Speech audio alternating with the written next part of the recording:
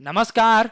आप सभी का बायजूस आईएएस हिंदी में बहुत स्वागत है। स्टूडेंट्स, आज की इस क्लास में हम 27 मई 2021 के दैनिक क्विज के प्रमुख प्रश्नों को देखेंगे। शुरू करते हैं। पहला प्रश्न है, निम्नलिखित कथनों में से कौन सा या से सही है या है? भारतीय राष्ट्रीय राजमार्ग प्राधिकरण एक अतिरिक्त संवैधानिक निकाय है। NH1 दिल्ली से अमृतसर को जोड़ता है। NH7 भारत का सबसे लंबा राष्ट्रीय राजमार्ग है। विकल्प हैं केवल एक और दो, केवल तीन, एक, दो और तीन। स्टूडेंट्स, अगर हम पहले कथन को यहां पर देखते हैं तो यहां पर लिखा है अतिरिक्त संवैधानिक निकाय। दरअसल NHAI की स्थापना संसद के अधिनियम के द्वारा की गई थी और इसका वर्णन संविधान के अंदर में नहीं था, इसीलिए ये एक एक्स्ट्रा कॉन्स्टिट्यूशनल बॉडी है। बिल्कुल सही है पहला वाला कथन। जैसे कि इलेक्शन कमीशन ऑफ इंडिया हो गया, UPSC हो गया, ये वो संस्थाएं हैं जिनका जिक्र संविधान के अंदर में मिलता है, तो ये संवैधानिक संस्थाएं हो जाती हैं। दूसरा वाला कथन है NH1 दिल्ली से अमृतसर को जोड़ता है, तो नए नियमों के मुताबिक स्टूडेंट्स NH1 जो है ये यूनियन टेरिटरीज, जम्मू कश्मीर और लद्दाख के मध्य में फैला हुआ है। और तीसरा कथन है NH7 भारत का सबसे लंबा राष्ट्रीय राजमार्ग है, तो ये भी गलत है, क्योंकि नए व्यवस्था के मुताबिक अब इसकी जगह पर आ गया है NH44 और ऐसे में सही जवाब क्या हो जाएगा? केवल एक। संबंधित समाचार को देख लेते हैं। तो भारतीय राष्ट्रीय राजमार्ग प्राधिकरण ने यह सुनिश्चित करने के लिए कदम उठाया है कि टोल प्लाजा पर प्रतीक्षा करने का समय प्रति वाहन 10 सेकंड से अधिक नहीं होना चाहिए और अगर इससे अधिक का समय लगता है तो फिर उस वाहन से कोई टोल टैक्स वसूल नहीं किया जाएगा। आइए स्टूडेंट्स, अब कुछ पॉइंट्स देख लेते हैं NHAI के बारे में। अभी मैंने बताया कि इसका गठन संसद के अधिनियम के द्वारा 1988 में किया गया था। ये एक स्वायत्त संगठन है जो देश में राष्ट्रीय राजमार्गों के संपूर्ण नेटवर्क का प्रबंधन देखता है। इसके अलावा कुछ महत्वपूर्ण बिंदु आप लोग और ध्यान रखें। जो राष्ट्रीय राजमार्ग हैं वो देश में सड़कों की कुल लंबाई का केवल लगभग 1.7% के आसपास है, लेकिन सड़क यातायात की अगर हम बात करें तो लगभग 40% राजमार्गों के द्वारा वहन किया जाता है। इसके अतिरिक्त 2016 में इसरो और north east centre for technology application and research ने एक समझौता ज्ञापन पर हस्ताक्षर किए, जिसके माध्यम से राजमार्गों के क्षेत्र में स्पेशियल टेक्नोलॉजी के उपयोग को बढ़ावा देने की बात कही गई। अब स्टूडेंट्स, स्पेशियल टेक्नोलॉजी या स्थानिक प्रौद्योगिकी क्या होती है? तो ये एक प्रकार का सॉफ्टवेयर या हार्डवेयर होता है जो वास्तविक दुनिया के स्थानों की जानकारी प्रदान करता है। इसमें हम लोग ग्लोबल पोजिशनिंग सिस्टम को शामिल कर सकते हैं, भौगोलिक सूचना प्रणाली या GIS को भी शामिल कर सकते हैं। अब NHAI के प्रमुख कार्यों की बात कर लेते हैं। तो देश भर में राष्ट्रीय राजमार्गों का विकास, उनका रखरखाव और प्रबंधन को यह देखता है। इसके अलावा नेशनल हाईवेज के ऊपर टोल टैक्स को कलेक्ट करना, वाहनों के चलने को रेगुलेट करना, इन सबको भी देखता है। रिसर्च एक्टिविटीज जो है राजमार्गों के निर्माण में, उस पर भी ध्यान रखता है।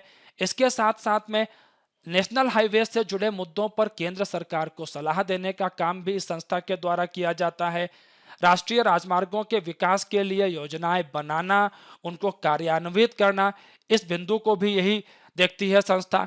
NHAI कर्मचारियों के लिए कार्यालयों और आवासीय भवनों का निर्माण भी इसी संस्था के द्वारा किया जाता है। ये कुछ प्रमुख बिंदु हैं जो आपको ध्यान रखने होंगे। और अभी मैंने आप लोगों को यहाँ पर ये बिंदु बता दिए थे, कुछ और पॉइंट्स यहाँ पर वो लिखवा दिए हैं मैंने। आप देख सकते हैं NH1 जो कि जम्मू कश्मीर और लद्दाख के मध्य यूनियन टेरिटरीज हैं अभी ये, और NH44 भारत का सबसे लंबा नेशनल हाईवे के तौर पर नए नियमों के मुताबिक हमारे सामने आता है। तो आप लोग थोड़ा सा ध्यान रखना, ये कुछ अपडेटेड जानकारियां हैं यहाँ पर। अगला प्रश्न है हमारे सामने स्टूडेंट्स, राष्ट्रीय जांच एजेंसी के संदर्भ में निम्नलिखित कथनों में से कौन सा या से सही है या है? पहला है एजेंसी को भारत के बाहर किए गए अपराधों की जांच करने की अनुमति है। दूसरा है NIA राज्यों से अनुमति लिए बिना देश भर में आतंकी मामलों की जांच कर सकती है। विकल्प है हमारे सामने केवल एक, केवल दो, दोनों, कोई भी नहीं।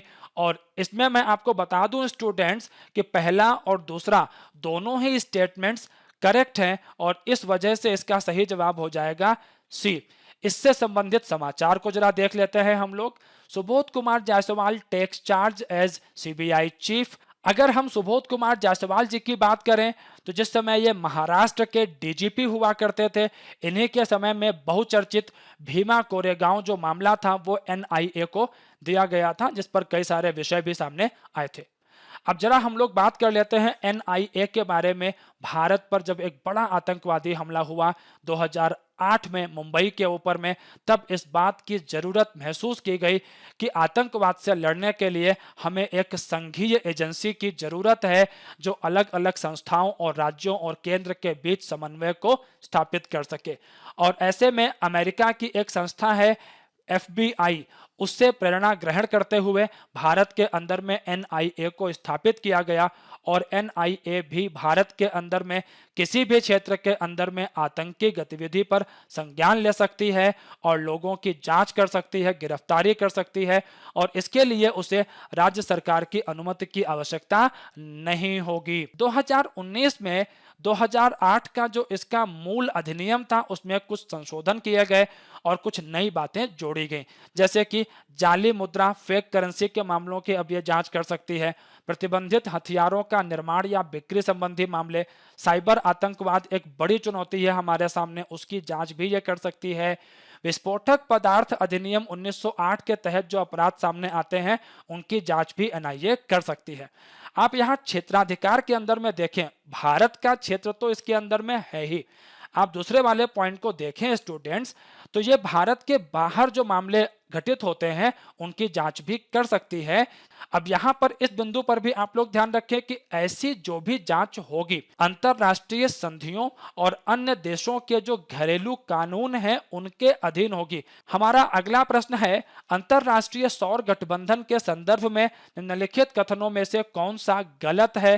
ध्यान रखना, गलत बिंदु की पहचान करनी है। पहला है ISA सौर संसाधन संपन्न देशों का एक गठबंधन है जो पूरी तरह से या आंशिक रूप से कर्क रेखा और मकर रेखा के बीच स्थित है। अब इतना पुराना विषय है कि आप बहुत अच्छे से जानते हैं कि पहला वाला स्टेटमेंट तो सही है।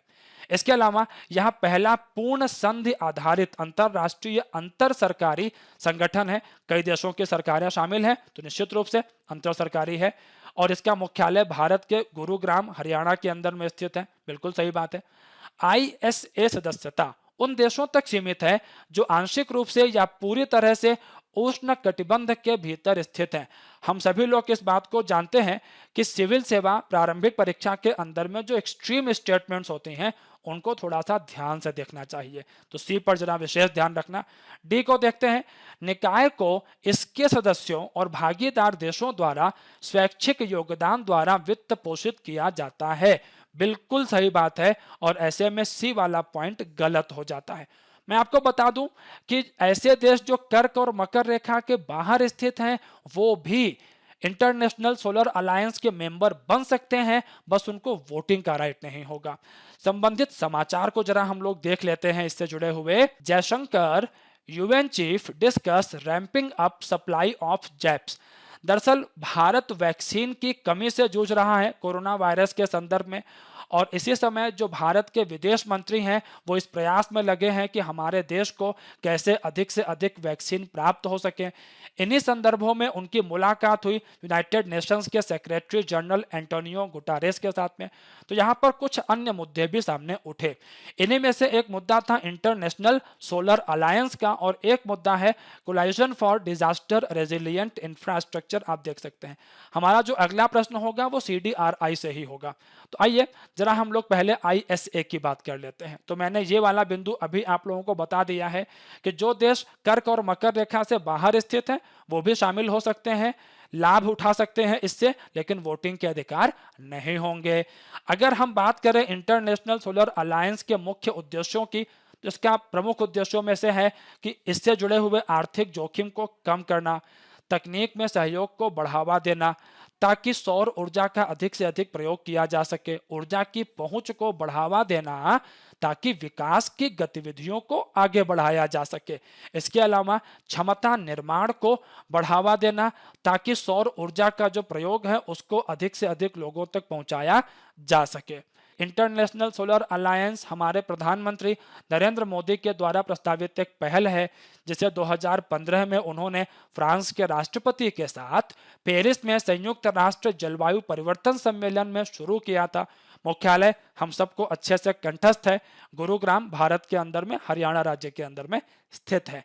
ध्यान रखेंगे बहुत पुराना बिंदु है, लेकिन पता होना चाहिए क्योंकि गाहे बगाहे चर्चा में आता रहता है। इसके बाद हमारा अगला प्रश्न है, आपदा रोधी अवसंरचना के लिए गठबंधन के संदर्भ में निम्नलिखित कथनों में से कौन सा या से सही है या है। पहला है, CDRI को संयुक्त राष्ट्र जलवायु कार्य योजना शिखर सम्मेलन में यूरोपीय आयोग के अध्यक्ष द्वारा लॉन्च किया गया था।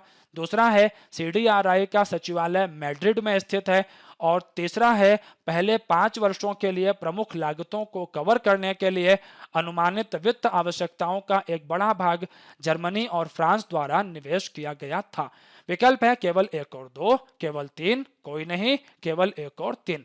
तो मैं आप लोगों को बता दूं स्टूडेंट्स कि इसका जो आइडिया है वो भारत के प्रधानमंत्री के द्वारा दिया गया था, प्राइम मिनिस्टर ऑफ इंडिया। इसका जो सचिवालय है वो मैड्रिड के अंदर में नहीं स्थित है, बल्कि ये स्थित है भारत के अंदर में, नई दिल्ली के अंदर में। पहले 5 वर्षों के लिए जो प्रमुख लागत है वो मुख्य रूप से भारत के द्वारा उपलब्ध कराई जाएगी। तो तीनों ही कथन यहां पर गलत हो जाते हैं, सी इसका सही जवाब हो जाएगा।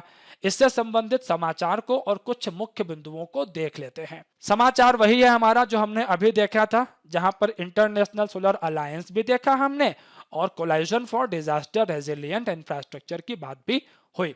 तो आप यहां पर देखिए, दरअसल जैसे जैसे जलवायु परिवर्तन के दुष्परिणाम सामने आ रहे हैं, आपदाएं बढ़ती जा रही हैं। आपने अभी देखा अरब सागर के अंदर में, बंगाल की खाड़ी के अंदर में 2 भयानक तूफान हमारे देश में आए। जरूरत है बुनियादी ढांचा इस प्रकार का हो कि इन आपदाओं को झेल सके। और 2019 के सितंबर में संयुक्त राष्ट्र जलवायु कार्यवाही शिखर सम्मेलन में अपने भाषण के दौरान भारत के प्रधानमंत्री ने CDRI का कॉन्सेप्ट सामने रखा था।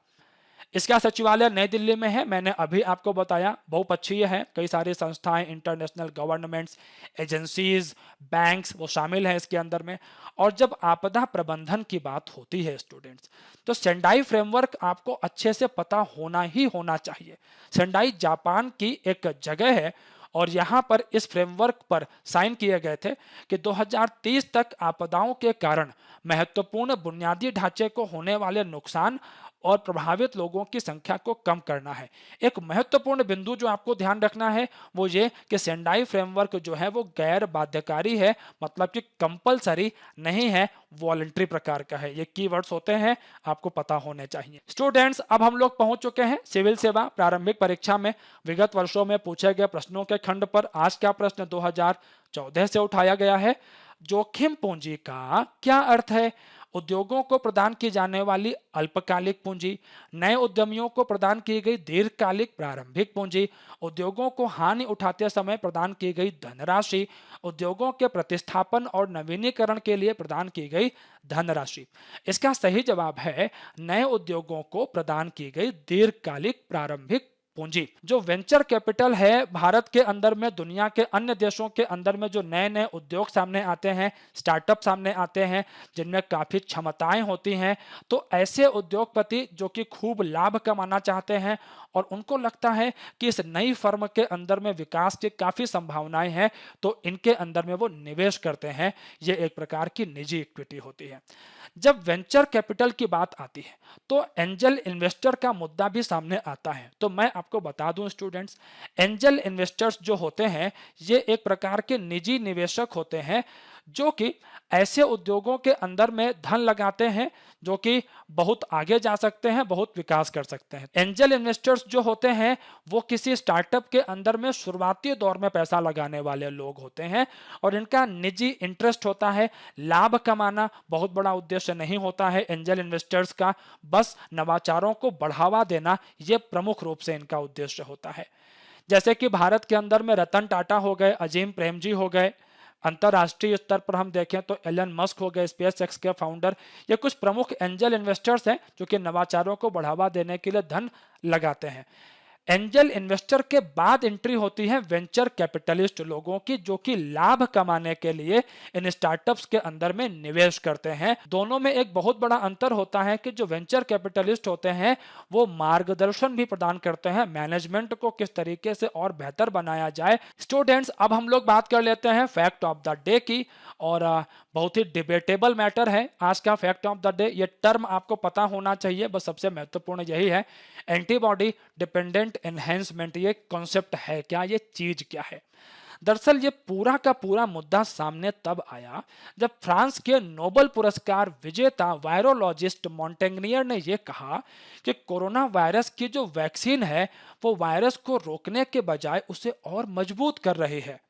और उन्होंने कहा कि जब वैक्सीन लोगों को दी जा रही है तो बॉडी में जो एंटीबॉडीज बनते हैं वायरस से लड़ने के लिए, वायरस इन एंटीबॉडीज से लड़ते हुए अपने आप को म्यूटेट कर रहा है और नए नए वेरिएंट सामने आ रहे हैं। इसी घटना को नाम दिया जाता है एंटीबॉडी डिपेंडेंट एनहेंसमेंट। यह कहना है फ्रांस के इन वायरोलॉजिस्ट का। लेकिन जो वैज्ञानिक समुदाय है वो बटा हुआ है इस पर। अगर हम बात करें भारत के अंदर में ही तो एक माइक्रोबायोलॉजिस्ट है हमारे यहाँ पर, गगनदीप कांग, बहुत प्रसिद्ध हैं, और इन्होंने ये कहा है कि ये जो दावा किया जा रहा है फ्रांसीसी वायरोलॉजिस्ट के द्वारा, ये कोरोना वायरस के संदर्भ में सही नहीं है, क्योंकि इस संदर्भ में किसी भी प्रकार के प्रमाण देखे नहीं गए हैं। इसके अलावा और भी कई मामलों में जो वैक्सीन दी जाती हैं उनका एक ही उद्देश्य होता है, शरीर के ऊपर में जब असली वायरस का हमला हो तो शरीर उस वायरस का मुकाबला कर पाए, ना कि वायरस को म्यूटेट करने में मदद करना। स्टूडेंट्स, मैं आशा करता हूं आज का वीडियो आप लोगों को पसंद आया होगा। वीडियो को लाइक और शेयर करना बिल्कुल भी मत भूलिएगा।